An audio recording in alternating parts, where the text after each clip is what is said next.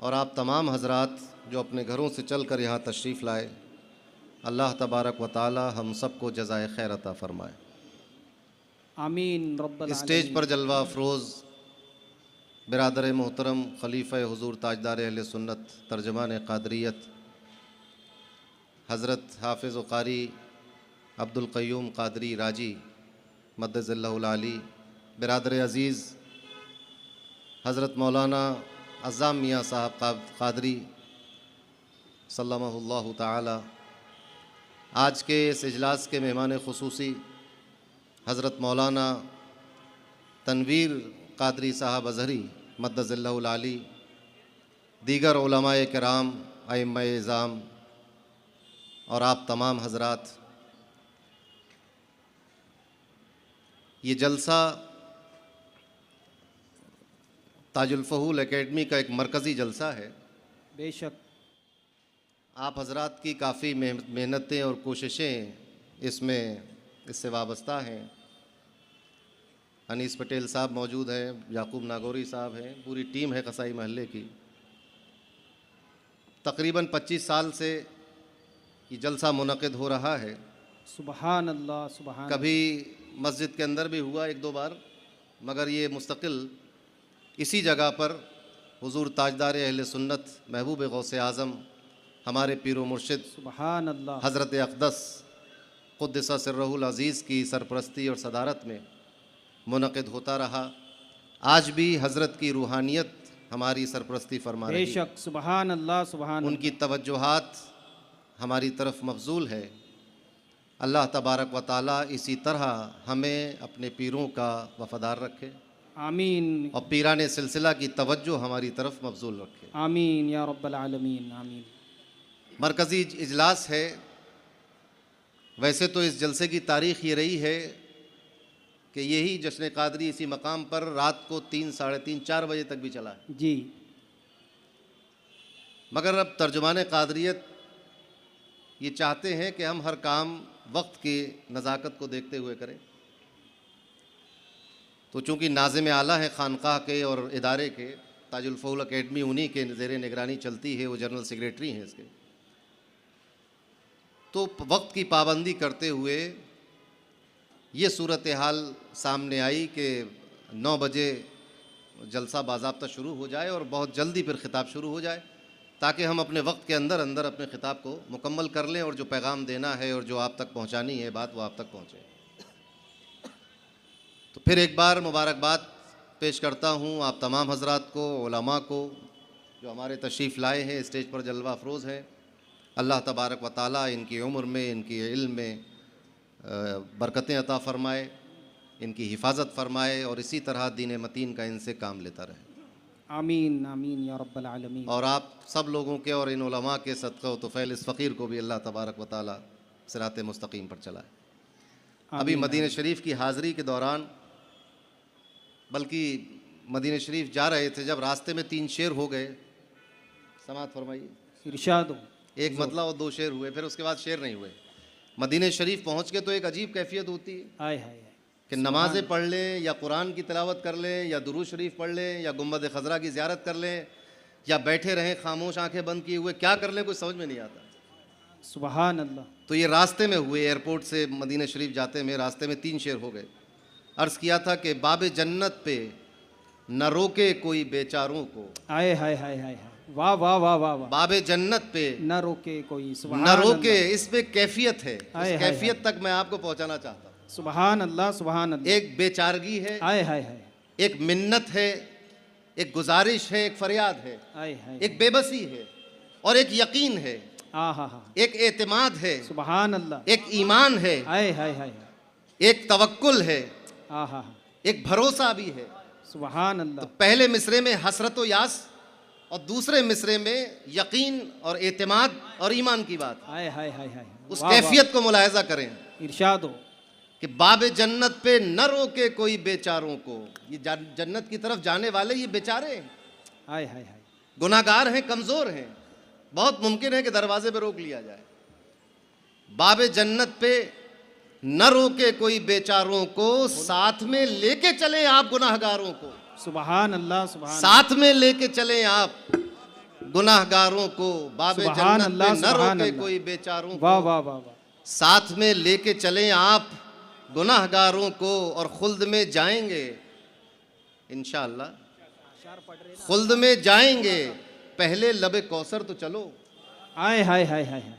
खुल्द में जाएंगे, पहले लबे कौसर तो चलो, किस मोहब्बत से बुलाते हैं वो मैखारों को, आय हाय हाय हाय। सुभान किस अल्लाह, सुभान मोहब्बत अल्लाह। से बुलाते वाह हैं वाह वो वाह वाह मैखारों वाह। को। सुभान अल्लाह। खुल्द में जाएंगे, पहले लबे कौसर तो चलो, किस मोहब्बत से बुलाते हैं वो मैखारों को। सुभान अल्लाह, सुभान और ये एक अल्लाह। शेर इस रंग में भी हो गया कि कौन कहता है दवाए दिले बेताब करो, कौन कहता है दवाए दिले बेताब करो, हम तो कहते हैं फकत देख लो बीमारों को। आय हाय हाय हाय। सुभान अल्लाह, कौन सुभान कहता अल्लाह। है दवाए दिले बेताब करो, वाह वाह वाह वाह वाह। हम तो कहते हैं फकत देख लो बीमारों को। सुभान अल्लाह, साथ सुभान में लेके चलें आप गुनाहगारों को, सुभान अल्लाह, बाबे सुभान जन्नत अल्लाह। पे न रोके कोई बेचारों को। अल्लाहुम्मा सल्ली व अल्लाहुम्मा सल्लिम व ज़िद व सल्ली बारिक अला अलैहि सय्यिदिना व अला मुहम्मद आलिहि व व अला सहबिहि व वारिस हालिहि व अला मन लदैहि सलातन व सलामन अलैका या रसूल अल्लाह सल्लल्लाहु तआला अलैहि वसल्लम। वक्त मुख्तसर है, बहुत जल्दी करते करते भी 9:30 बज गए। जिस आयत करीमा की तिलावत करने का शरफ हासिल किया है, सूरह अन-नहल की आयत नंबर 90, तकरीबन हिंदुस्तान के तूलो अर्ज़ में, बल्कि बर्रे सग़ीर हिंदो पाक में, बल्कि एशिया की और कंट्रीज़ में भी और अरब में भी जुमे के खुतबे में इस आयत को ज़रूर पढ़ा जाता है। जी जी। आपके यहाँ कसाई महल्ले की मस्जिद में भी इमाम साहब जब जुमे का खुतबा देते हैं तो इस आयत को पढ़ते हैं, अक्सर पढ़ा जाता है। यानी अगर 100 जगह नमाज हो रही है तो 99 जगह यही आयत पढ़ी जाती है, इन्नल्लाह यअमुरु बिल अदलि वल इहसान व ईताइ ज़िल क़ुरबा। और लोगों को इतनी आदत हो गई है इस आयत की कि जब इमाम खतीब ये आयत पढ़ता है तो लोग समझ जाते हैं खुतबा ख़त्म होने वाला है। जी जी। इतनी आदत हो गई, पढ़ी जाती है। मुफस्सिरीन फरमाते हैं, अइम्मा मुफस्सिरीन फरमाते हैं कि ये आयत करीमा जिसमें 6 चीज़ों के बारे में बताया गया है, 3 करने वाली और 3 न करने वाली। सुभान अल्लाह। मुफस्सिरीन, अइम्मा मुफस्सिरीन फरमाते हैं कि अगर कुरान करीम में दीन की तफसील न होती और सिर्फ यही आयत नाजिल की जाती कुरान में, तब भी क़यामत तक इंसानों की हिदायत के लिए काफ़ी थी। सुभान अल्लाह, सुभान अल्लाह। ये ऐसी मुकम्मल आयत करीमा है। कुरान के आयात में, कुरान के अल्फाज में, कुरान की तराकीब में एक एजाज है, बेशक मोजिज़ बयानी है। ये खुदा का कलाम है। इसका असर ये है कि एक मुख्तसर से जुमले में बहुत बड़ी बात अल्लाह तबारक व तआला फरमा देता। इससे पहले और इसके बाद ऐसा कलाम दुनिया में रूनुमा नहीं हो सका और ना हो सकेगा। तो अइम्मा मुफस्सिरीन और फ़ुक़हा का ये कहना है कि कुरान करीम में इंसानों की हिदायत के लिए अगर सिर्फ यही आयत आती तो ये काफ़ी थी। इंसान की ज़िंदगी, तमाम ज़िंदगी और दुनिया में आने वाले हर इंसान की ज़िंदगी इसी आयत करीमा की रोशनी में गुजर जाती, और अगर गुजार लेते तो क़यामत के दिन सुरखरू उठते। सुभान अल्लाह, सुभान अल्लाह। ये अल्लाह तबारक व तआला का फ़ज़ल व मेहरबानी है। हमसे पहले जो उम्मतें आई हैं, यानी इस उम्मत मोहम्मदिया मरहूमा से पहले जो उम्मतें आई हैं, उन पर भी अल्लाह का फ़ज़ल व एहसान हुआ है। मगर इस बात पर तमाम उलमा और तमाम मसलक के उलमा, ऐसा नहीं कि सिर्फ अहले सुन्नत वल जमात, बल्कि शिया भी, मुतज़िला भी, खवारिज भी, नासबी भी, सब लोग इस बात पर मुत्तफ़िक़ हैं कि अल्लाह तबारक व तआला ने जो एहसान और इनाम इस उम्मत पर नाजिल फरमाया, इससे पहले किसी उम्मत पर नाजिल नहीं फरमाया। बेशक। सुभान अल्लाह। इस दीन को इफ़रात व तफरीद के दरमियान रखा है। ये सिराते मुस्तकीम वाला दीन है, रहमतुल लिल आलमीन वाला दीन है। बेशक बेशक। और अल्लाह ने कुरान मजीद को नाजिल फरमाकर इस दीन को मुकम्मल फरमा दिया और इस कदर एहसान फरमाया कि पूरा कुरान दिया। मुफस्सिरीन कहते हैं कि अगर सिर्फ यही आयत होती तो हमारी ज़िंदगी गुजारने के लिए काफ़ी थी। पूरी इंसानियत को अल्लाह ने इस एक मुख्तसर सी आयत में घेर दिया है। सुबहान अल्लाह। सुबह क़यामत तक इसकी तशरीह की जाती रहे, मुकम्मल नहीं हो पाएगी। इसके बलागी पहलू तो जो हैं वो हैं, लेकिन अगर हम अपनी ज़ाती ज़िंदगी को इस आयत करीमा से कनेक्ट कर लें, इससे जोड़ कर देखें, तो अल्लाह की कसम और उसके कुदरत और उसकी जलाल की कसम कि हमारी ज़िंदगी में कोई हमें धोखा नहीं दे पाएगा, हमें कोई बहका नहीं सकेगा, हमें कोई गलत राह पर डाल नहीं सकेगा, अगर इस आयत करीमा की रोशनी में हम अपनी ज़िंदगी को देखना शुरू कर दें। बज़ाहिर तो कहने के लिए 3 लफ्ज़ हैं कि ये करो, ये करो, ये करो, और 3 लफ्ज़ हैं कि ये ना करो, ये ना करो, ये ना करो। वाह वाह वाह वाह। और ये ऐसे लफ्ज़ हैं जो ज़िंदगी में हम सुबह शाम बोलते हैं। अदल करना चाहिए, एहसान की बात होती है, अपने रिश्तेदारों के साथ हुस्न सुलूक और सिला रहमी की बात होती है। ये आम फहम लोग जानते हैं अदल किसे कहते हैं, एहसान क्या होता है, रिश्तेदारों के साथ हुस्न सुलूक क्या चीज़ होती है, फहाशी क्या होती है, मकरूहात और मुनकर चीज़ें क्या होती हैं, और बगावत और सरकशी और तुग़यानी क्या होती है, सब जानते हैं। लेकिन अगर इस पर गौर करें, आज सबसे बड़ा मसला ये है कि हमें अकीदे की भी निगहबानी करनी है, उसके बाद नेक आमाल की तरफ भी बुलाना है, अच्छे अखलाक की तबलीग भी करनी है, इस्लाह मुआशरा भी करनी है। आज औलाद को अपने बाप से नफरत हो रही है, माँ बाप अपनी औलाद की सही तरबियत नहीं कर पाते, मोहल्ले में पड़ोस में हम एक दूसरे का हक अदा नहीं करते, हम बड़ों के साथ अदब का मामला नहीं कर पाते, छोटों के साथ शफकत नहीं कर पाते। यही सारी ज़िंदगी को आप पैदाइश से लेकर मौत तक की पूरी ज़िंदगी को अगर घेरें और शरीयत की ज़बान में उसका इजहार करें तो 2 लफ्ज़ निकल कर आते हैं, हुकूकुल्लाह, हुकूकुल इबाद। अब आप सोच कर बताइए, ये लफ्ज़ आपने हज़ारों सैकड़ों लाखों बार सुना होगा, सुना है कि नहीं जी। इस दुनिया में बंदों के आने का मकसद ही ये है, अल्लाह का हक अदा करें, बंदों का हक अदा करें। ये 2 लफ्ज़ ऐसे हैं कि पूरी ज़िंदगी घिर जाती है इसमें। बेशक बेशक। इमाम गजाली के अल्फाज में अगर थोड़ी तशरीह और करें इसकी, तो वो कहते हैं, सूफिया फरमाते हैं, उलमा कहते हैं कि एक बंदे के 3 तरह के ताल्लुकात हो सकते हैं। बंदे का ताल्लुक अपने खालिक से एक, फिर बंदे का ताल्लुक अपने नफ्स के साथ, अपने आप के साथ 2, फिर बंदे का ताल्लुक मखलूक के साथ 3। तो ये हुकूकुल्लाह और हुकूकुल इबाद इन तीनों को जामे है। और जब इन तीनों को, हुकूकुल्लाह और हुकूकुल इबाद और फिर हुकूकुल इबाद में भी अपने साथ गैरों के साथ जो मामला होगा, उस पर अगर दीन का पहरा लग जाए, अगर शरीयत की मोहर लग जाए, तो फिर ये जिंदगी कामयाब है, सुभान अल्लाह। ये जाहिरी जिंदगी कामयाब है। अब यहां से किस्सा शुरू होता है बातिन का। जब जाहिर साफ हो गया तो फिर बातिन भी साफ होना चाहिए, मगर मसला इसके बरखिलाफ है। जाहिर तो साफ हो जाता है, बातिन साफ नहीं हो पाता। इसी को सूफिया की ज़बान में निफाक भी कहते हैं, उलमा की ज़बान में जुल्म कहते हैं। सूफिया इसको निफाक से ताबीर करते हैं कि दिखाते क्या हो और बातिन में कैसे हो। इसीलिए फहाशी की जिद ये होती है कि जाहिर की तरह बातिन भी साफ हो, तो फिर फहाशी आपसे दूर कहलाएगी। बज़ाहिर तो हम कपड़े पहने हुए हैं, नजरें झुकाए हुए हैं, लब पर दुरूद शरीफ के नजराने हैं, लेकिन दिल में बुरे ख्यालात हैं, तो हम फहाशी से दूर नहीं माने जाएंगे। हम क्या समझते हैं कि आंखों पर बुर्का पहनने से, पगड़ी पहन लेने से, हाथों में दस्ताने पहन लेने से वो पर्दा हो गया, मुंह ढक लिया पर्दा हो गया, जिस्म पे अपने जुब्बा डाल लिया का पर्दा हो गया। ये जाहिर का पर्दा है। लेकिन जिस फहाशी से और मुनकरात से रोकने की बात अल्लाह तबारक व तआला फरमा रहा है, वो जाहिर की भी है, बातिन की भी है। क्योंकि अल्लाह के सामने बंदे का जाहिर भी वाज़ेह है और बातिन भी वाज़ेह है, और फैसले उसकी बारगाह से नियत पर होते हैं। हुजूर ने फरमाया, इन्नमल अमालु बिन्नियात। हमारे ज़ाहिरी आमाल उसी वक्त मजबूत माने जाएंगे और नामे आमाल में उसी वक्त रोशनी से लिखे जाएंगे, नूर से लिखे जाएंगे, जब हमारी नीयत अच्छी होगी।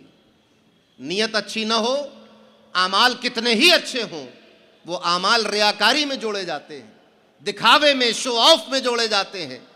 वो आमाल उस आमाल की फहरिस्त में नहीं आते जिसको करने का हुक्म अल्लाह ने कुरान में दिया और नबी करीम सल्लल्लाहु अलैहि वसल्लम ने अपनी ज़बान फ़ैज़ तर्जुमान में इरशाद फरमाया। तो अगर हम अपनी ज़िंदगी के इन तीनों शोबों को देखें कि हम अदल, एहसान और अपने रिश्तेदारों के साथ हमारा मामला क्या है। आप सोच रहे होंगे इसमें तो कोई नमाज की बात नहीं आई, इसमें तो कोई रोज़े की बात नहीं आई, इसमें तो फ़राइज़ व वाजिबात की बात नहीं आई, इसमें तो एतिक़ाद की बात नहीं आई, अक़ीदा तौहीद जो बुनियाद है दीन इस्लाम की उसी की बात नहीं आई। अल्लाह ने फरमाया कि अल्लाह ने हुक्म दिया है अदल का, एहसान का, सिला रहमी का रिश्तेदारों के साथ। इसमें अक़ीदा तौहीद कहाँ है? दरअसल मसला ये है कि जो लोग अक़ीदा तौहीद को मुजर्रद समझ रहे हैं उनकी समझ में ये बात नहीं आई। अक़ीदा तौहीद को सीरत रसूल की रोशनी में देखना होगा तो फिर अक़ीदा तौहीद समझ में आएगा। अगर यहूदियों के अंदर खोद कर देखा जाए तो वो भी एक अल्लाह के कायल हैं, वाह वाह वाह, मगर वो अक़ीदा तौहीद न बन सका, वो एक फलसफा बनकर रह गया। वाह वाह वाह वाह वाह। उस अक़ीदे को अक़ीदा तौहीद नहीं कहा जा सकता, उसको मुवहिद नहीं कहा जा सकता, वो काफिर और मुशरिक ही रहे, कितनी ही तौहीद की बात करे। तो तौहीद का लफ्ज आ जाने ही से तौहीद नहीं होती है, बल्कि अल्लाह ने फरमाया कि अल्लाह तुम्हें अदल का हुक्म देता है। अब इस अदल से पर्दा जब हटाएंगे आप तो सबसे पहले पर्दे में निकलेगा कि अल्लाह का हक बंदे पर यह है कि नफी कर दे कि उसके सिवा कोई माबूद नहीं, और यही अक़ीदा तौहीद। सुभान अल्लाह, सुभान अल्लाह। जब तक एक बंदा अल्लाह के वहदहू ला शरीक लहू होने पर ईमान नहीं रखता, आदिल नहीं कहलाएगा, अदल वाला नहीं कहलाएगा। बेशक, सुभान अल्लाह। ये नाइंसाफी कहलाएगी। अदल कहते हैं कि हकदार को हक पहुंचाया जाए। जब हक हकदार तक पहुंचता है तो अदल कहलाया जाता है। ये अदल होता है कि जिसका जो मकाम है वो उसको दिया जाए, और अपने मकाम के अलावा कहीं और रख देना, इसी को जुल्म कहा जाता है, जो अदल की जिद है। तो जब अदल करो का हुक्म दिया तो बात समझ में आई कि जुल्म से मना किया जा रहा है। अब ये कहने की चंदा जरूरत नहीं है कि अदल करो, जुल्म न करो। अगर ये फरमाया गया कि अदल करो तो मतलब ये है कि जुल्म न करो। सुभान अल्लाह, सुभान अल्लाह। यही मतलब हुआ ना इसका, वरना तो इज्तिमाई ज़िद्दैन हो जाएगा कि आप आदिल भी है जालिम भी है, नहीं हो सकता। और इज्तिमाई ज़िद्दैन से बचने के लिए अगर जिहत मुख्तलिफ कर लें कि पड़ोसी के साथ जुल्म करेंगे, माँ बाप के साथ अदल करेंगे, तो इस आयत मुतलका पर अमल नहीं होता।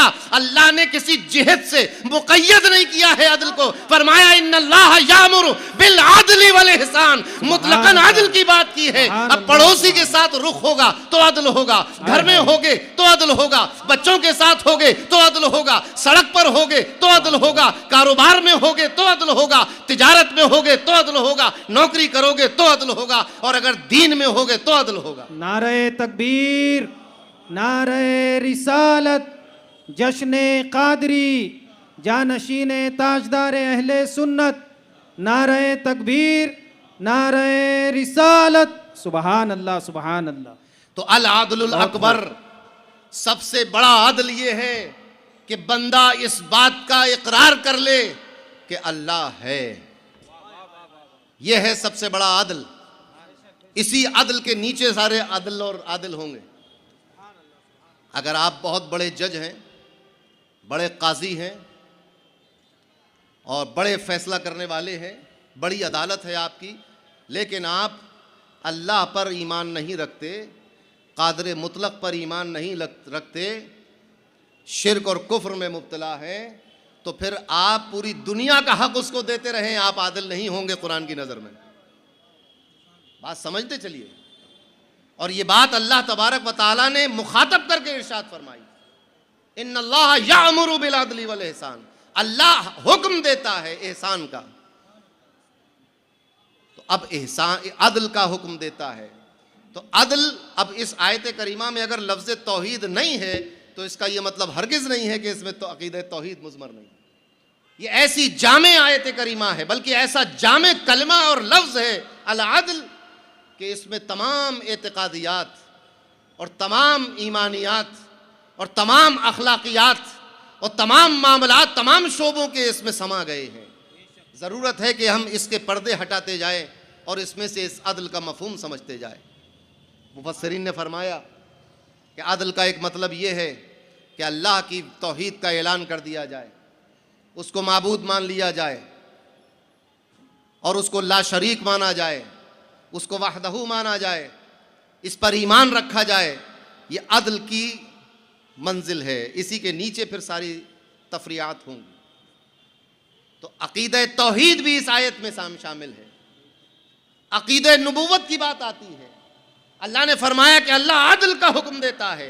मतलब यह हुआ कि जब मोहम्मदुर रसूलुल्लाह ने ऐलान नबूवत किया है, अब इस दुनिया पर रहने वाले इंसानों पर वाजिब यह है कि अदल से काम लें और कलमा पढ़ें, ला इलाहा इल्लल्लाह मुहम्मदुर रसूलुल्लाह सल्लल्लाहु अलैहि वसल्लम, और दिल में उनकी ताज़ीम और उनकी मोहब्बत पैदा करें। यही अदल है। एक बंदे का अल्लाह के साथ ताल्लुक़ ये है कि बंदा अपने आप को बंदा समझे और उसको वहदहू ला शरीक लहू समझे, माबूद समझे। और एक उम्मत का, उम्मती का रसूल के साथ ताल्लुक़ ये है कि रसूल को अल्लाह का पैगंबर समझे, अल्लाह के बाद सबसे अफजल जाने, उनकी ताज़ीम करे, उनका अदब करे, उनकी बात को माने और उनकी बात से इन्हिराफ को कुफ्र समझे और उनको अपनी बख्शिश का जरिया और नजात का सबब समझे और उनको, उनकी ज़बान को अल्लाह की कलाम की नुज़ूल की जगह समझे और उनकी बोली को अपने लिए कुरान के जैसा मुक़द्दस समझे। ये एक उम्मती के लिए वाजिब है और यही अदल होता है रसूल के साथ। सुभान अल्लाह, सुभान अल्लाह।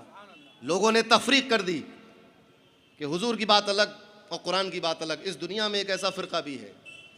आप तो सिर्फ हदीस शरीफ के ताल्लुक़ से अभी मशकूक हैं कि कुछ लोग अपने आप को हदीस का अहल कहते हैं। आप घबराइए नहीं, कुछ लोगों ने अपने आप को कुरान का अहल भी कहा और यकीन मानिए कि वो कुरान के अहल नहीं है। तो जो कुरान के अहल नहीं हुए तो हदीस के अहल कहाँ से होंगे? किसी ने मुझसे पूछा था कि हदीस के अहल की जनाजे की नमाज़ पढ़ेंगे क्या? अब वो जगह ऐसी थी जहाँ पर मुझे वो जवाब नहीं देना था जो मैं देना चाहता हूँ, और मैं चाहता भी ये था कि मैं जो मेरे दिल में है वो बात वाज़ेह भी हो।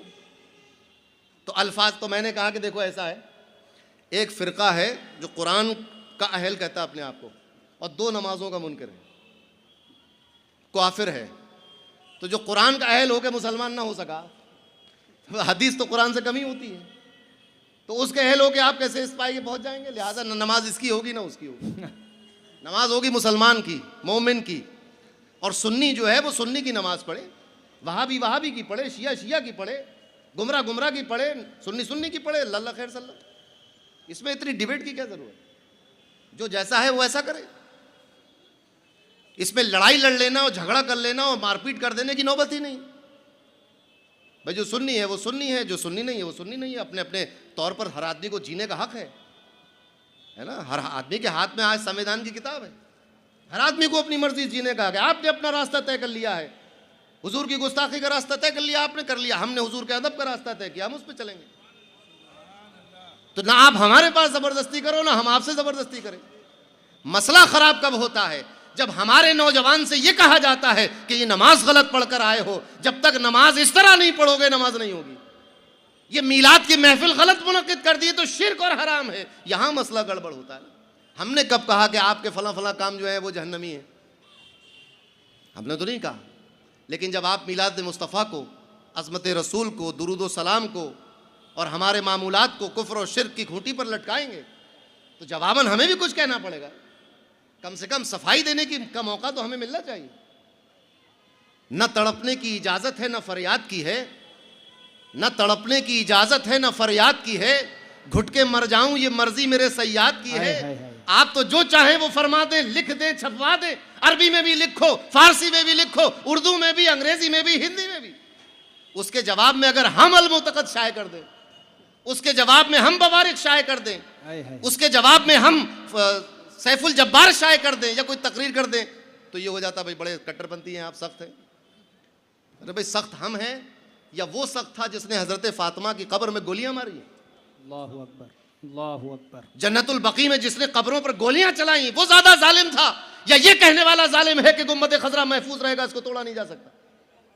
तो अक्ल की बात है। खैर ये मेरा मौजू नहीं है आज का। अदल की बात, नबी करीम सल्लल्लाहु अलैहि वसल्लम के साथ अदल ये है कि उनकी ताज़ीम हो, उन पर ईमान लाओ, उनसे अदब करो, उनसे मोहब्बत करो।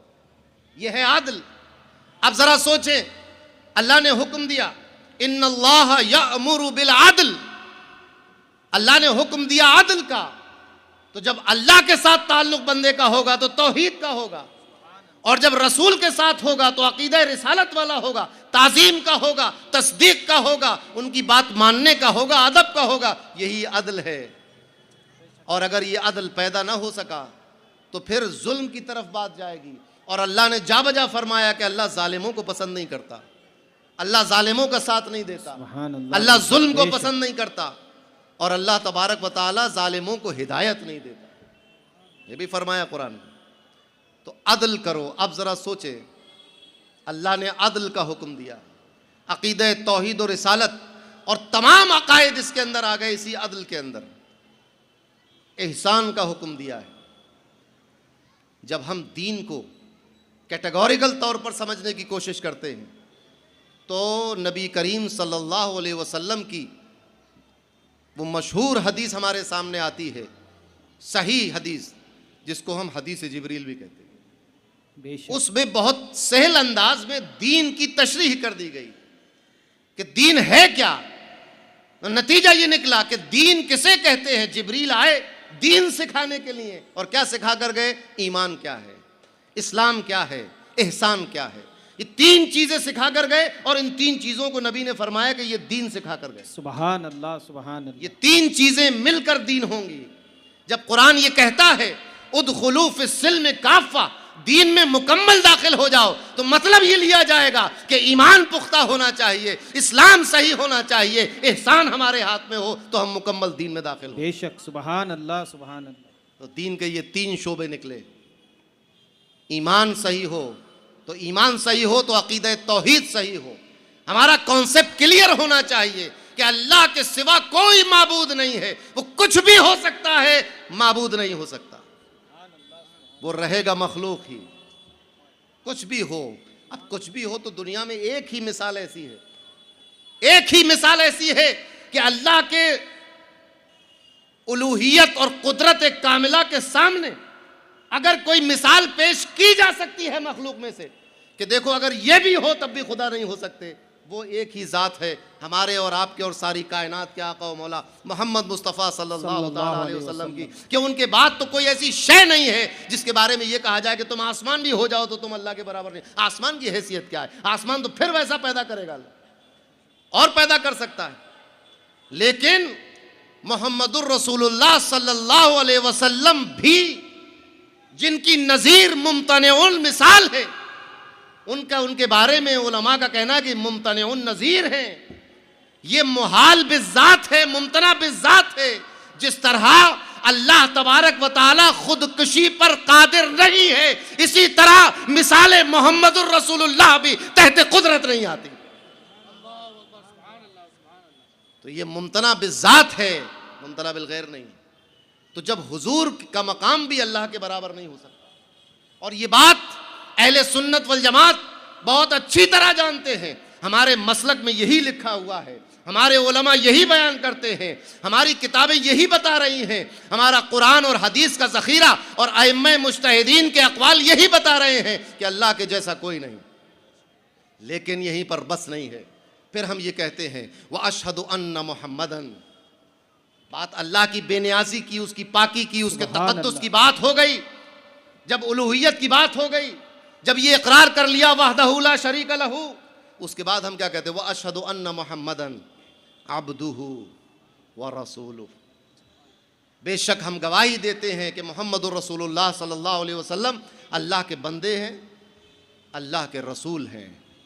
जब ये गवाही एक मोमिन देता है तो उसके साथ उसके दिल में जो मोहब्बत है नबी करीम सल्लल्लाहु अलैहि वसल्लम की ताल्लुक़ से जो मोहब्बत है, अगर वो मोहब्बत और वो ताज़ीम उसकी ज़बान का साथ दे दे तो फिर तस्दीक़ुम बिल क़ल्ब पैदा होती है, और इसी का नाम ईमान कहलाता है। सुभान अल्लाह, सुभान अल्लाह। जब तक हुजूर की मोहब्बत हमारी ज़बान हमारे कलमात का साथ न दे, तस्दीक़ बिल क़ल्ब पैदा नहीं हो सकती, जिसका नाम ईमान है। एक बड़ी बहस छिड़ी हुई है मुहद्दिसीन और मुतकल्लिमीन के दरमियान कि ईमान का जुज़ है कि ईमान बसीत है। तो ईमान शहज़ादे गौसे आज़म नारे तकबीर, हज़रत नारे खालिद रशीद रिसालत। साहब क़िबला मद्दज़िल्लहुल आली तशरीफ़ ला रहे हैं। नारा लगाई, नारे तकबीर, नारे रिसालत, शहजादे गौसे आजम, जिंदाबाद। नारे तकबीर। अल्लाहु अकबर। तशरीफ रखिए।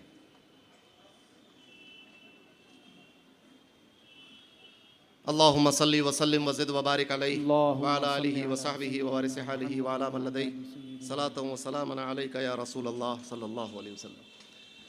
तो जब ये मोहब्बत और अदब और ताज़ीम जब इस कलमे की इस गवाही के साथ साथ खड़ी हो तो फिर वो ज़बान का इकरार, वो तस्दीक का क़ल्ब बनता है, और तस्दीक क़ल्ब ही का नाम ईमान है। तो ईमान उस वक्त तक काबिल कबूल नहीं है जब तक मुहम्मदुर रसूलुल्लाह की रिसालत की गवाही अदब और मोहब्बत और ताज़ीम के साथ न दी जाए। सुभान अल्लाह। अब अल्लाह ने फरमाया इन्नल्लाह यअमुरु बिल अदल, अल्लाह तुम्हें अदल का हुक्म देता है। तो जब अल्लाह के साथ ताल्लुक होगा तो वहां भी बंदे को अदल करना है कि किसी को शरीक नहीं करना, किसी को उस जैसा नहीं समझना।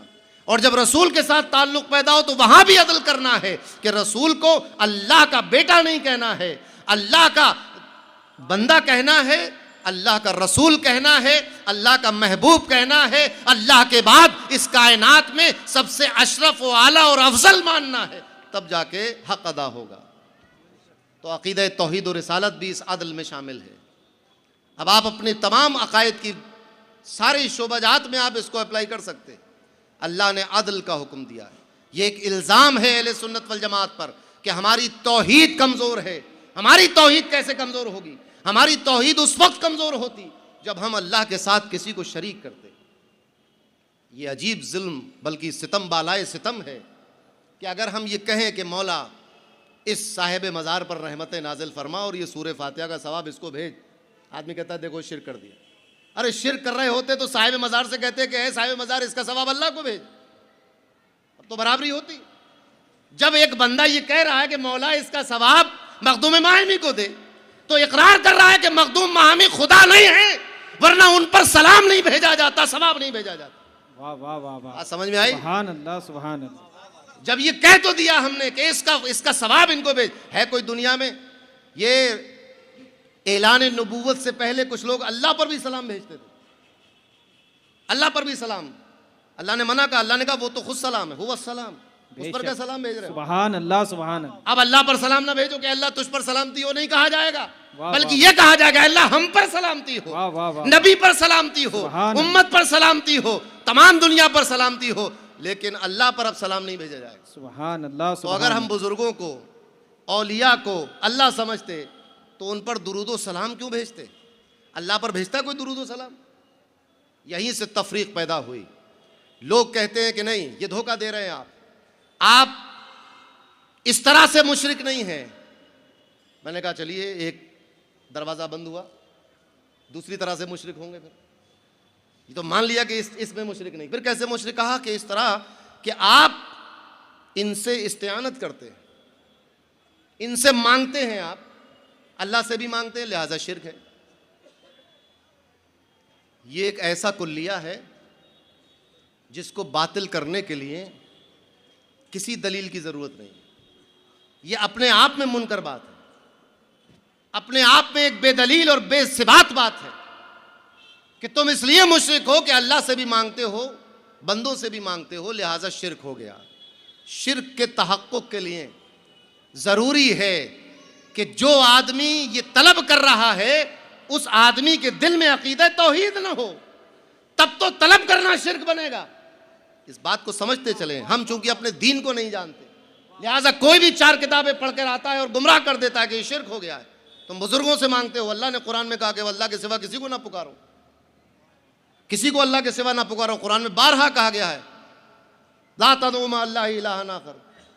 तो भाई अल्लाह के साथ किसी दूसरे इलाह को पुकारने को मना किया गया, किसी दूसरे माबूद को ना पुकारो। तो हम किसी दूसरे माबूद को नहीं पुकारते और अल्लाह के मद्दे मुकाबिल किसी को नहीं लाते। मैंने अर्ज किया कि अगर कोई ज़ात ऐसी हो सकती है कि जिसको बंदा अल्लाह के साथ शरीक कर सकता है तो वो ज़ात सिर्फ मोहम्मद रसूलुल्लाह की है। जब उनको अल्लाह के साथ शरीक नहीं करते तो फिर और रह कौन गया जिसको हम अल्लाह के साथ शरीक करें? जबकि आप देखें हुजूर के हाथ को अल्लाह ने अपना हाथ कहा, हुजूर के फेंकने को अल्लाह ने अपना फेंकना कहा, हुजूर के बैत करने को अल्लाह ने अपना बैत करना कहा, हुजूर की जमात को अल्लाह ने अपनी जमात कहा।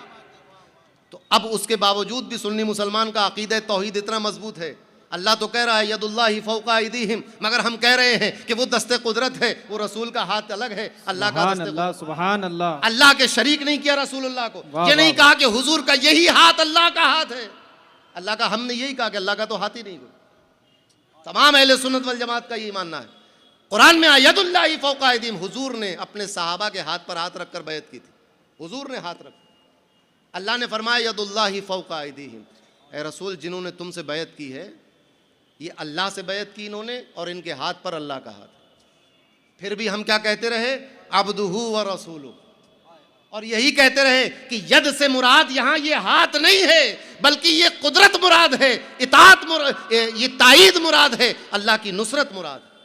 सुभान अल्लाह सुभान अल्लाह। नबी करीम सल्लल्लाहु अलैहि वसल्लम ने एक मुट्ठी खाक उठाकर काफिरों के सर पे फेंकी। किसने फेंकी? रसूल ने फेंकी। तारीख गवाह है। अल्लाह फरमा रहा है वमा रमैता इज़ रमैता वलाकिन्नल्लाह रमा, अल्लाह ने कहा कि जो आपने फेंका वो आपने नहीं फेंका। हुजूर के फेंकने का इस बात भी है, हुजूर के फेंकने की नफी भी है, और उस नफी के बाद हुजूर के फेंकने को अपना फेंकना फरमाया कि जो आपने फेंका है वो आपने नहीं फेंका। क्या नहीं फेंका? जो आपने फेंका। वमा रमैता, आपने नहीं फेंका, उसने नहीं फेंका, तुमने नहीं फेंका। क्या नहीं फेंका? इज़ रमैता, जो तुमने फेंका। आप जरा उसलूब देख रहे हैं कुरान का। अल्लाह ने फरमाया वमा रमैता, तुमने नहीं फेंका। मौला क्या नहीं फेंका? इज़ रमैता, जो तुमने फेंका है, यानी फेंका हुजूर ही ने था। फरमाया कि जो तुमने नहीं फेंका, जो तुमने फेंका है, मतलब ये हुआ कि जो तुमने फेंका है वो तुमने नहीं फेंका। या अल्लाह फिर किसने फेंका? वलाकिन्नल्लाह रमा, तो अल्लाह ने फेंका है। सुभान अल्लाह। ये कुरान में पढ़ा हमने, कुरान में, किसी हदीस में नहीं कि ज़ोफ का उसमें हुक्म लगा दिया जाए। कुरान की मुहकम आयत है, वाज़े आयत है कि अल्लाह ने फरमाया कि वो अल्लाह की तरफ से फेंकना। उसके बावजूद भी हमने क्या कहा? व अशहदु अन्ना मुहम्मदन अब्दुहु व रसूल, नहीं कहा। पुरानी उम्मतें गुमराह हो गई, इब्नुल्लाह कहने लगी, तस्लीस के कायल हो गए, अल्लाह का बेटा कहने लगे, अल्लाह का शरीक ठहराने लगे। मगर हमारा अकीदा तौहीद इतना मजबूत, चूंकि हमारे अकीदा तौहीद में रसूलुल्लाह सल्लल्लाहु अलैहि वसल्लम की मोहब्बत शामिल, सुभान अल्लाह, अज़मत और सुभान ताज़ीम शामिल है, बेशक। इसीलिए हमारे अकीदा तौहीद पर कोई सवाल और कलाम नहीं है। तो अब हमसे ये कहना कि तुम इनसे भी मांगते हो उनसे भी मांगते हो शिर्क, इसके शिर्क होने के लिए ज़रूरी है कि मांगने वाले का दिल तौहीद से खाली हो। आप अजीब लगेगा आपको अगर आप ये कहें कि बारिश से सब्ज़ा उग गया, तो अगर ये कहने वाला मुसलमान है तो ये कौल शिरकिया नहीं है, और अगर ये कहने वाला अल्लाह पर ईमान नहीं रखता तो यही कौल शिरकिया है। ये मुतकल्लिमीन लिख चुके हैं, इस पर बाकायदा तनक़ी हो चुकी है, फैसले हो चुके हैं कि जब हमारे दिल में ये बात मौजूद है कि अल्लाह के सिवा कोई भी फ़ाइल मुअस्सिर नहीं है, तो अगर हमने ज़बान से ये कह दिया कि बारिश ने सब्ज़ी उगा दी, घास उगा दी, इसका मतलब ये है कि हम मजाजी तौर पर ये बात कह रहे हैं। हकीकतन तो सब्ज़ा अल्लाह उगाता है, वरना तो कदम कदम पे आदमी मुशरिक हो जाएगा। अभी तबीयत ख़राब हुई, डॉक्टर के पास गए, उसने एक दवा दी, ठीक हो गए। याकूब नागौरी मुझे देखने आए, हज़रत कैसी तबीयत है? भाई ठीक है। क्या हुआ था? बुखार आया था, डॉक्टर के पास गए, उसने दवा दे के सही कर दिया। लीजिए साहब, हो गए मुशरिक, क्योंकि शिफा तो अल्लाह देता है। अरे भाई, ये बात मजाजन तौर पर कही जाती है, हकीकत व मजाज बाकायदा एक सब्जेक्ट, एक चैप्टर है ज़बान व बयान और लुगत में। जब तक उसको हम नहीं समझेंगे, मिसाल मैं अक्सर देता हूँ, आपने दुकान खोल ली, अब आपका दोस्त आया 1 साल के बाद, कैसी चल रही है दुकान? आपने कहा बहुत अच्छी चल रही है। तो कहाँ तक पहुँच गई? अब क्राफर्ड मार्केट में खोली थी, 2 साल हो गए चलते हुए, तो कहाँ पहुँची? विरार पहुँच गई कि बहेंदर चली गई? वहीं पर है। दुकान चल रही है का मतलब ये है कि खूब मुनाफा हो रहा है, यही मतलब है, कारोबार अच्छा है। नाली बह रही है, नाले बह रहे हैं का मतलब क्या है? पानी बह रहा है, नाला नहीं बहता कहीं पर, नाली तो अपनी जगह पर है। वरना मुंबई महानगर पालिका को तो बड़ी मेहनत करना पड़ेगा अगर नालियां बह जाए यहाँ से। रोज बारिश हुई, एक नाली बह गई, फिर एक नाली बनाना पड़ेगा। पानी बहता है, ये हकीकत है, नाली बहती है, ये मजाज है, जबान में कह दिया जाता है। तो अब अगर ये कहा जाए कि गरीब नवाज ने औलाद दी और दिल में अकीदा तौहीद है, तो ये मानना होगा कि मजाजन कहा जा रहा है, वसीला गरीब नवाज बने हैं, अता अल्लाह की है। बेशक सुभान अल्लाह सुभान यही मतलब निकलेगा। और अगर इसके खिलाफ कोई मतलब निकाला जाता है तो ये खयानत है, ये इल्जाम तराशी है, ये बोहतान है। ऐसा कहने वाले की जिंदगी भर गवाही कबूल नहीं की जाएगी और 80 कोड़े अलग लगेंगे। अल्लाह। अगर फारूक आजम का दौर हो तो ऐसा कहने वाले पर 80 कोड़े और जिंदगी भर उसकी गवाही नहीं मानी जाएगी। कितना ही चांद आपको दिख जाए नहीं मानी जाएगी। आप बोहतान लगाया, आपने इल्जाम तराशी की है, आप पर हद कायम होगी। अगर अकीदे तौहीद दिल में न हो तो इस तरह की बात शिरकिया कहलाती, क्योंकि अकीदे तौहीद तो है नहीं आपके दिल में। हो सकता है भी आप बारिश को ही खुदा समझ रहे हो। बहुत से लोगों ने समंदरों को समझा, किसी ने पहाड़ को समझा, किसी ने सांप बिच्छू को समझा, पेड़ पौधों को समझा। ये उन लोगों ने समझा जो एक खुदा पर ईमान नहीं रखते। लेकिन खेती तो मुसलमान भी करता है, समंदर में तो मुसलमान भी मछली मारने जाते हैं, पहाड़ों पर तो मुसलमान भी रहते हैं। मुसलमान को भी सांप बिच्छू से डर लगता है। पेड़ पौधों की ज़रूरत मुसलमान को भी है, अनाज की ज़रूरत मुसलमान को भी है, पानी की ज़रूरत मुसलमान को भी है, सूरज की ज़रूरत मुसलमान को भी है। मगर आज तक अल्लाह के सिवा किसी को माबूद नहीं समझा, किसी को माबूद नहीं माना। यह अकीदा तौहीद की मजबूती है। तो हकीकत और मजाज से हमारे इसको मलहूज रखा जाए, उसके बाद फिर कोई बात की जाए। तो अल्लाह ने फरमाया अदल करो। क्या फरमाया? अल्लाह अदल का हुक्म देता है। तो अदल कैसे होगा? उसको वहदहू ला शरीका लहू माना जाए, रसूलुल्लाह को आखिरी नबी माना जाए, अल्लाह का महबूब समझा जाए, अदब व ताज़ीम की जाए। ये बात होगी। अकीदा और भी जितने शोबाजात अकीदे के वो सब इसी में आएंगे। फिर आई बारी एहसान की, बिल अदली वल एहसान। उलमा फरमाते हैं कि एहसान और अदल में ज़रा सा फ़र्क है। अदल तिजारत में, इमाम गज़ाली कहते हैं कि तिजारत में माले तिजारत जो होता है गोया कि वो अदल है। अगर तिजारत करते हों और आप और माले तिजारत ही ना हो आपके पास तो क्या तिजारत होगी? कपड़े के व्यापारी हैं, कपड़ा ही नहीं है तो क्या तिजारत करेंगे? तो तिजारत में माले तिजारत की जो अहमियत है, इंसान की जिंदगी में अदल की वही अहमियत है। सुभान अल्लाह सुभान। और तिजारत में मुनाफे की जो अहमियत है, एहसान की इंसान की जिंदगी में यही अहमियत है।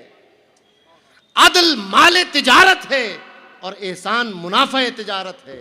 जब तिजारत में माल तो बहुत हो मगर मुनाफा ना हो तो तिजारत किसी काम की नहीं रहती। तो अगर अदल तो हो, एहसान ना हो तो यह अदल किसी नफा का बायस नहीं बनता। सुभान अल्लाह सुभान अल्लाह। आप हर किसी के साथ अदल करते हैं लेकिन एहसान का दामन छोड़ दिया है, ताल्लुक उसकी इबादत के साथ टूट गया है। पूरी दुनिया के साथ अच्छे हैं, सारा काम सही चल रहा है लेकिन इबादतों में सर नहीं झुकता। वाह वाह वाह। गुमराही पर आमादा है, सरकशी पर आमादा है, एहसान नहीं है। अलग अलग मुफस्सिरीन ने अपने अपनी अपनी तौफीक के एतबार से, इल्म के एतबार से इस एहसान की तशरीह की है। किसी ने कहा कि ये एहसान वो है कि जिसको हदीस जिब्रील में बयान किया गया है। किसी ने कहा कि ये एहसान ये है कि हुस्ने सुलूक पर भी जो बहुत खुश दिली के साथ जो आप अमल करते हैं, ज़ौक़ और शौक़ के साथ, खुलूस के साथ, इखलास के साथ, वो एहसान है। बताने का मकसद ये है कि अल्लाह ने आमाल में अदल का हुक्म दिया और उस आमाल को किस तरह करोगे तो एहसान का हुक्म दिया। एहसान का एक मतलब यह भी बताया गया कि जब पैरवी करो तो पैरवी करने वाले से किसी नफा और नुकसान की उम्मीद ना लगाओ। ये ना सोचो कि मैं ये कर रहा हूं तो मुझे ये मिल जाए, नमाज पढ़ रहा हूं तो जन्नत मिल जाए, रोज़ा रख रहा हूं तो तबीयत ठीक हो जाए, हज को चला जाऊंगा तो कारोबार हो जाए, उम्रा कर लूंगा तो औलाद हो जाए। ये चक्कर ना रखो। ये ऊंची बात है, एहसान की बात है कि जब इताअत और पैरवी करो तो फिर किसी लालच के बगैर करो। लालच के साथ करोगे तो बज़ाहिर अदल मालूम होगा और बगैर लालच के करोगे तो उस अदल पर एहसान का खिलाफ पड़ जाएगा, एक रोशनी फूटेगी। और फिर वो नौबत आती है कि अल्लाह तबारक व तआला की आयत गवाह है कि जब बंदा इस दुनिया से रुखसत होता है तो अल्लाह तबारक व तआला का वादा है, या अय्यतुहन नफ्सुल मुतमइन्ना इरजिई इला रब्बिकी रादियतम मर्दिया। ये रादियतम मर्दिया ये उसी वक्त हासिल होता है जब अदल के साथ एहसान शामिल हो जाए। सुभान अल्लाह सुभान अल्लाह। नारे तकबीर। तुझसे तेरे ही तलबगार हैं, तुझसे तुझी को मांगते हैं। मैंने किसी ज़माने में बचपन में एक शेर कहा था कि कुछ और मांग के नुकसान क्यों करे अपना, है, है। कुछ और मांग के नुकसान। नुकसान क्यों करे अपना, सवाल तुझसे तेरा ही तेरे गुलाम का है। वाह वाह सवाल वाह, वाह। तुझसे तेरा ही तेरे गुलाम का है। सुभान अल्लाह सुभान हम अल्लाह। आपसे आप ही को मांग रहे हैं।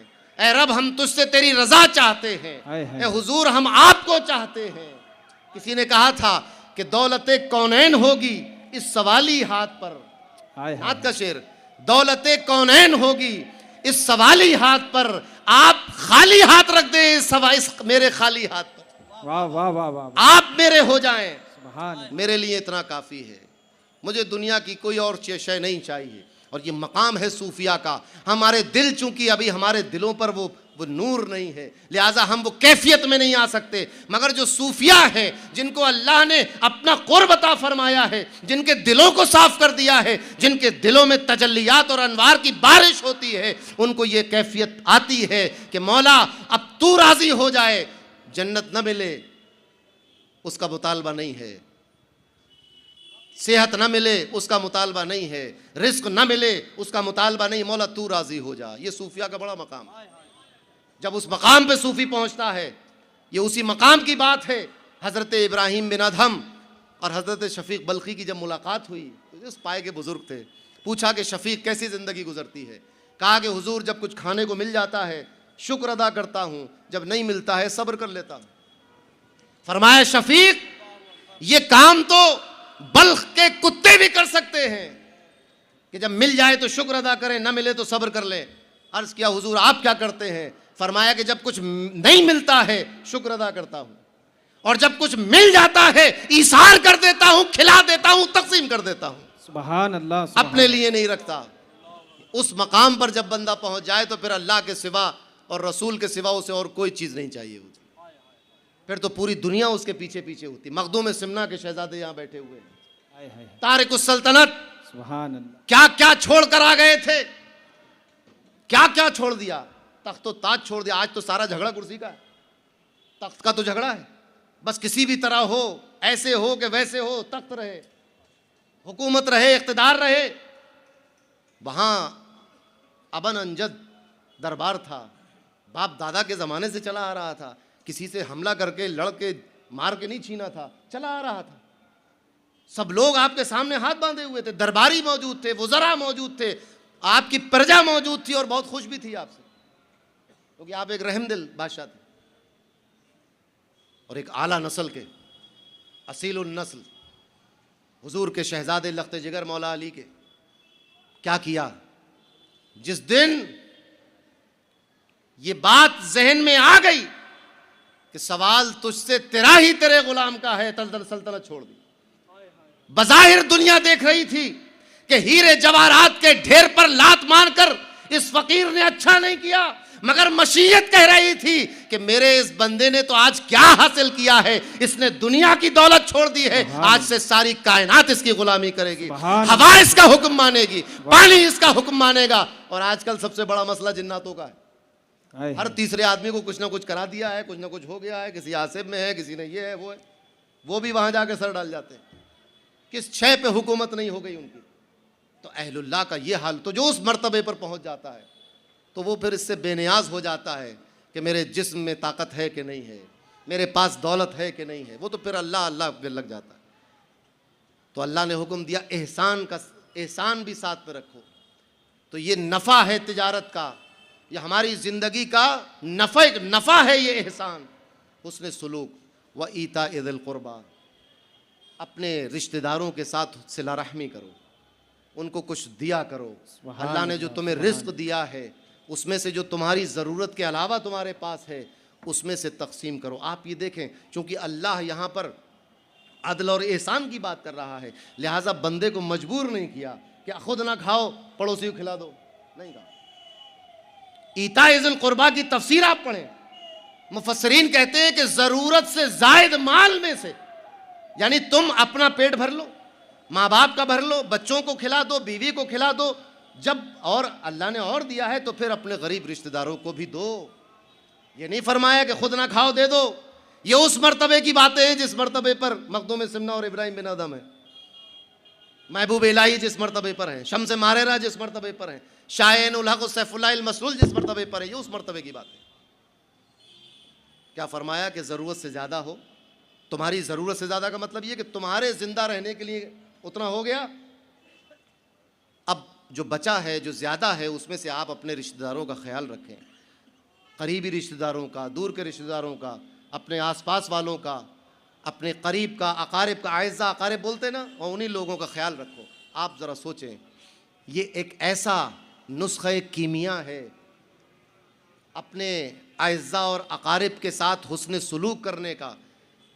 ये ऐसा नुस्ख़े कीमिया है कि अगर इस पर उम्मत मुस्लिमा कारबंद हो जाए तो इस उम्मत से गरीबी, भुखमरी, फाका, भीख मांगना और ये सब चीज़ें इस तरह की इस उम्मत से दूर हो जाए। एक दूसरे की खबरगिरी, सिला रहमी। अल्लाह के रसूल ने फरमाया, किसी साहबी ने कहा कोई ऐसा अमल बता दें कि जन्नत में चला जाऊं।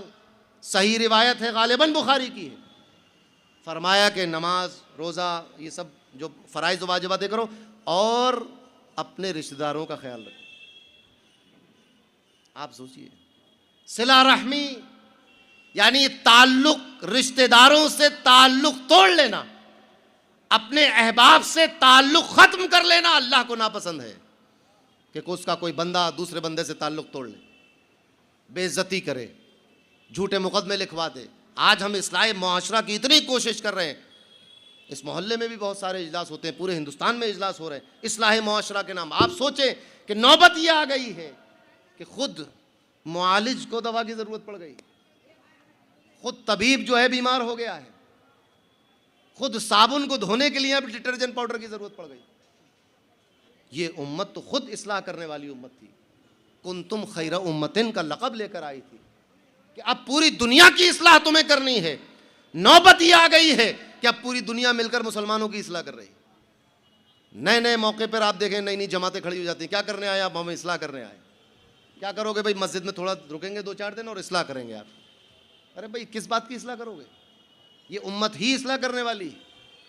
आपने कभी देखा किसी साबुन को किसी दूसरे साबुन से धोते हुए? साबुन को किसी साबुन से धोने की क्या जरूरत? साबुन को तो खुद पानी में रगड़ दीजिए, साफ हो जाता है। तो अब ये नौबत आ गई कि हमारी ही इस्लाह, इस इस्लामी मुआशरे की इस्लाह, जिस मुआशरे को देखकर लोग कलमा पढ़ लिया करते थे, आज उसकी इस्लाह की नौबत आ गई। हुजूर सरकार गरीब नवाज जब हिंदुस्तान में आए तो एक ऐसा मुआशरा आपने डेवलप किया कि उस मुआशरे में, उस फजाओं में उनके आसपास रहने वाला न कुरान की दलील मांगता था, न हदीस की दलील मांगता था, न करामत मांगता था। गरीब नवाज के किरदार को देखकर, उस माहौल को देखकर मुसलमान हो जाता था। ये उस मुआशरे की करामत थी, उस मुआशरे की बरकत थी।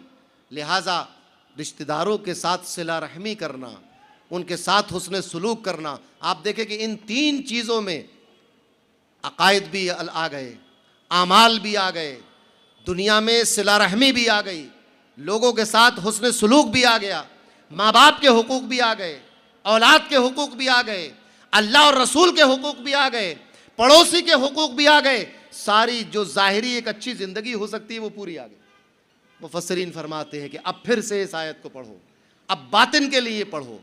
अभी तो ज़ाहिर के लिए पढ़ा था, अब बातिन के लिए पढ़ो। इन्नल्लाह यामुरु बिल अदल, अल्लाह अदल का हुक्म देता है। यानी ऐसा ना हो कि जबान से कुछ और कह रहे हो, दिल में कुछ और हो। अदल कहते हैं उस चीज को कि जो एक तौर पर, यकसा तौर पर सबके सामने आए, वही अदल है।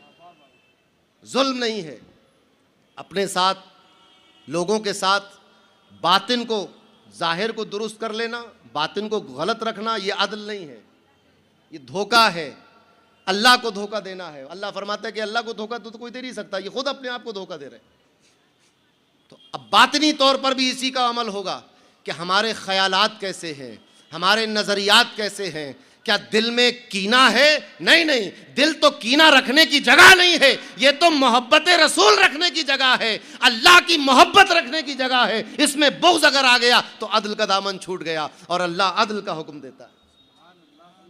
अल्लाह फरमाता अदल करो, तो अगर दिल में बुग़्ज़ है, हसद है, कीना है, नफ़रत है, तो फिर अदल नहीं है। अदल तो तब होगा इस सीने के साथ कि जब इसमें रसूल की मोहब्बत हो, अल्लाह की मोहब्बत हो, रसूल का अदब हो, प्यार हो, खुलूस हो, इखलास हो, तो फिर ये अपने सीने के साथ अदल होगा। अपनी दौलत के साथ अदल करो, हराम कामों में ज़ाय न करो। अगर अपनी दौलत से शराब खरीदी गई तो अदल नहीं हुआ, फिर तो जुल्म हो गया। अगर आपने किसी के बारे में किसी की बुराई का मंसूबा बनाया तो अपनी अक्ल शऊर के साथ आपने जुल्म किया कि यह अक्ल अल्लाह ने इसलिए नहीं दी थी कि आप दूसरों को गड्ढे में गिराने की सोचें। यह अक्ल इसलिए दी थी कि इंसानी तरक्की हो सके, मुआशरा तरक्की पा सके, अखलाकी तरक्की हो सके, दुनिया में एक अच्छी कौम बनकर आप रह सकें, इसलिए अक्ल दी गई। आप तालीम ना हासिल करें, यह इंसानियत के साथ जुल्म है, इंसान की फितरत के साथ जुल्म है। जिस तरह इंसान की फितरत में भूख रखी गई है, प्यास रखी गई है, अगराज़ व अवातिफ रखे गए हैं, लोग दिल का मैलान रखा गया है, इसी तरह इंसान की फितरत में अक्ल व शऊर और इल्म भी रखा गया। हज़रत आदम को जब बनाया, बनाते ही सबसे पहला काम क्या हुआ? वअल्लमा आदमल अस्माअ कुल्लहा। सबसे पहला काम हज़रत आदम को बनाने के बाद यह हुआ कि इल्म रखा गया। तो इल्म इंसान की मीरास है, इंसान की विरासत है, ये एक फितरी चीज़ है, इसको हासिल करने की ज़रूरत है, उजागर करने की ज़रूरत है। अब अगर कोई तालीम से रोकता है तो ये जुल्म कर रहा है, गैर फितरी काम कर रहा है। इस्लाम हर गैर फितरी काम को मिटाने के लिए और इंसान को उसकी फितरत से जोड़ने के लिए आया। इसीलिए आपने सुना होगा, उलमा कहते हैं कि ये दीन दीन फितरत है। इल्म हासिल करना, अगर इल्म हासिल नहीं कर रहे हैं तो जुल्म कर रहे हैं अपनी जान के साथ। अगर अच्छे अमाल नहीं करते, जुल्म करते हैं। लेकिन अकीदा बहुत दुरुस्त है, अमाल भी बहुत अच्छे हैं, लेकिन दिल तज़किये से खाली है, तो फिर जुल्म हो गया, फिर दीन मुकम्मल नहीं हो पाया। लिहाजा अदल और एहसान उस वक्त होगा अपने साथ जब हमारा अकीदा भी दुरुस्त हो, अमाल भी अच्छे हों और दिल का तज़किया भी हो, तो फिर ये बात अच्छी बनेगी। और जब ये अदल और एहसान मुकम्मल हो जाएगा तो फिर जब हम अपने अकारिब को, अइज़्ज़ा पर कुछ खर्च करेंगे तो हमारे दिल में ये ख्याल नहीं आएगा कि अरे हम कल क्या खाएंगे, ये तो हमने पड़ोसी को दे दिया है। अल्लाह पर तवक्कुल होगा कि जिसने आज खिलाया था वो कल भी खिलाएगा।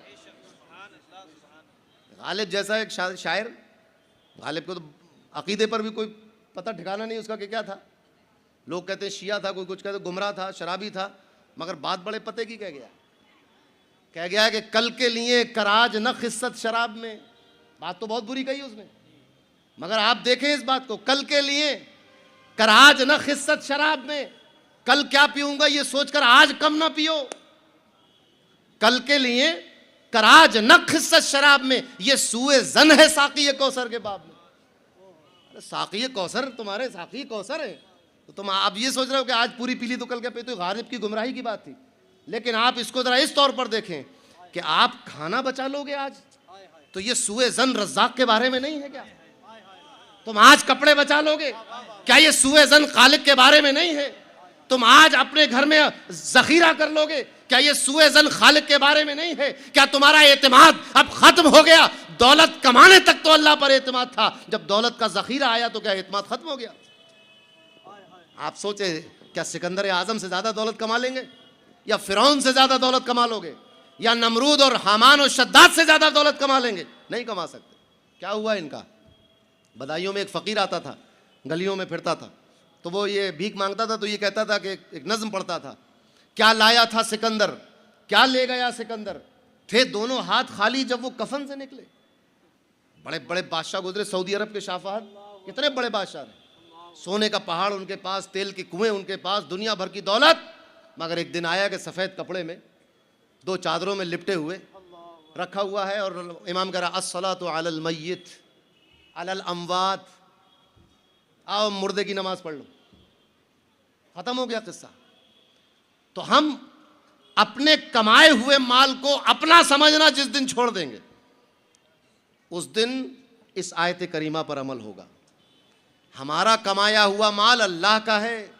इस धोखे में ना रहो मुसलमानों कि जो हमने कमा लिया वो हमारा है, हमारा नहीं है, वो अल्लाह का है और उसके रसूल का है। लिहाजा हमारे कमाए हुए माल के एक एक आने पर अल्लाह और उसके रसूल का कब्जा है और उसकी मर्जी है। यही वजह है कि हम अपनी मर्जी से अपना माल खर्च नहीं कर सकते। कितने ही आपको पसंद आ रही हो कोई शय, लेकिन अगर मुफ्ती साहब ने कहा कि ये जायज़ नहीं है, फिर खरीद नहीं सकते आप। पैसा आपका है, कमाया आपने है, तिजोरी आपकी है, कार्ड आपका है, बैंक आपका है, लेकिन मर्जी अल्लाह की है, क्योंकि ये माल अल्लाह का है। ये जिस्म जो हमारे पास है, हम अपनी आंख नहीं फोड़ सकते, क्यों? क्योंकि इसका मालिक अल्लाह, ये हमारी मिल्कियत नहीं है। हम अपना हाथ नहीं काट सकते, क्यों नहीं काट सकते? कि मालिक अल्लाह है, ये हमारी मिल्कियत नहीं है। हम खुदकुशी नहीं कर सकते, क्योंकि इस जान का मालिक अल्लाह और उसका रसूल है, हम अपनी जान के मालिक नहीं। इसीलिए हम अपनी दौलत की भी हिफाजत करें कि हराम में ना जाए। कहाँ जाए? जहाँ अल्लाह ने खर्च करने को कहा है, वहाँ जाए।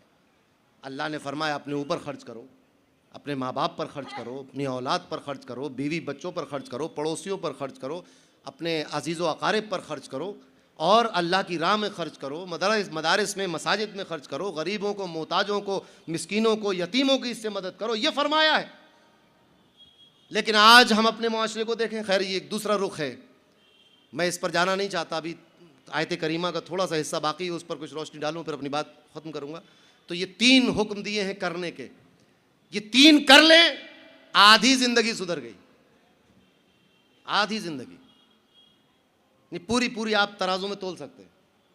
3 हुक्म अल्लाह के मान लें, आधी ज़िंदगी सुधर गई। बाकी की आधी ज़िंदगी उन 3 चीज़ों को छोड़ने से सुधर जाएगी जिसको मना किया गया है। वयनहा अनिल फहशाई, फहाशी से मना किया गया है।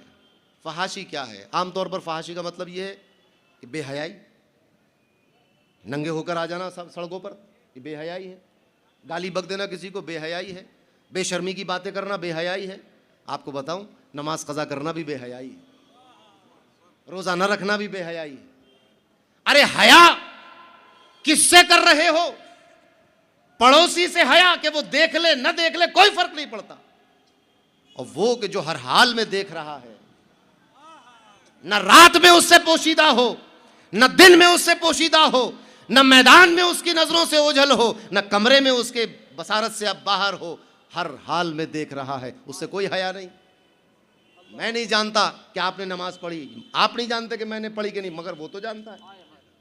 तो सबसे बड़ी बेहयाई ये है कि बंदा अल्लाह का की इताअत ना करे, अहकामात पर पाबंदी ना करे, फ़राइज़ व वाजिबात को अदा ना करे, ये बेहयाई। और उस पर बड़ी बेहयाई है कि नमाज कज़ा करे और फिर इस नमाज के कज़ा होने का तस्करा भी कर दे, लोगों को पता भी चल जाए कि ये बेनमाजी है। ये और बड़ी बेहयाई है। इसीलिए उलमा मना करते हैं कि अगर कोई फ़र्ज तर्क हो जाए तो उसका चर्चा ना करो, उसको बताओ मत। लोग आज बता अपने आप, रोज़मर्रा की बात हो गई कि आज मेरा रोज़ा नहीं। अरे अगर किसी वजह से नहीं रखा, बल तो रखना चाहिए। और अगर कोई ऐसी बात है, उज़्र है कि नहीं रखा, तो कम से कम चर्चा ना करो इसका, क्योंकि ये भी बेहयाई है। लोग समझते हैं कि बस गानों पर, फिल्मी गानों पर नाचना बेहयाई है। कुरान की तिलावत को गौर से न सुनना भी बेहयाई है। कारी तिलावत कर रहा हो और आप इधर उधर देख रहे हो, इधर उधर बातों में लगे हो, बेहयाई है। अजान के कलिमात का जवाब न देना भी बेहयाई है। जमात हो रही हो और आप बातों में टाइम गुजार दें, यह भी बेहयाई है। ये बेहयाई है। तो अल्लाह ने फरमाया बेहयाई से रुक जाओ। अब सोचिए इस बेहयाई का कितना बड़ा कैनवस है। अगर इससे रुक गए तो एक चश्मे ज़दन में, एक लम्हे में कितनी बुराइयों से रुक गए। अब बेहयाई को कैसे समझेंगे? ज़ाहिरी बेहयाई, बातिनी बेहयाई, दोनों सीरत तैयबा से ज़ाहिर है। हुजूर नबी करीम सल्लल्लाहु अलैहि वसल्लम ने वाज़े कर दिया, इस दीन ने, शरीयत ने वाज़े कर दिया है, फ़स्अलू अहल ज़िक्री इन कुंतुम ला तालमून। मस्जिद के आइम्मा से, उलमा से दरियाफ्त करो, किसी भी काम को करने से पहले, शादी हो उससे पहले आकर पूछो कि ये काम होने वाले हैं, इसमें कोई बेहयाई तो नहीं है, कोई जुल्म तो नहीं है, कोई नाजायज़ तो नहीं है। अगर बताते कि ठीक है तो कर लीजिए, नहीं तो रुक जाइए। यूपी में बारातों में जो है वो डीजे बजा के नाचते हुए जाते हैं लोग, उसमें बिल्कुल बेहयाई, नहीं होना चाहिए, नाजायज़ है। बड़ी कोशिश भी हम लोगों की चल रही है और बहुत हद तक कामयाबी भी मिली। तो बेहयाई से रुको। हया ईमान का हिस्सा है। अब इस पर गौर करो, अल हयाउ मिनल ईमान, हया ईमान का हिस्सा है, तो बेहयाई कुफ्र का हिस्सा बनेगी। इस बात पर गौर करो, जब कोई बंदा बेहयाई की तरफ एक कदम रखता है तो उधर से कुफ्र एक कदम करीब आ जाता है, और ये बेहयाई में इस्तिगराक और इन्गिमास इस कदर बढ़ जाता है कि बंदा कब कुफ्र में दाखिल हो जाए कुछ पता नहीं चलता। लिहाजा बेहयाई से रुकने की जरूरत है, फहाशी से रुकने की जरूरत है। वयन्हा अनिल फहशाई वल मुनकर, तमाम बुरी बातों से रुकने की। मुनकर कहते हर बुरी बात, मुनकर वल और अलिफ लाम ये बता रहा है कि तमाम बुराइयां।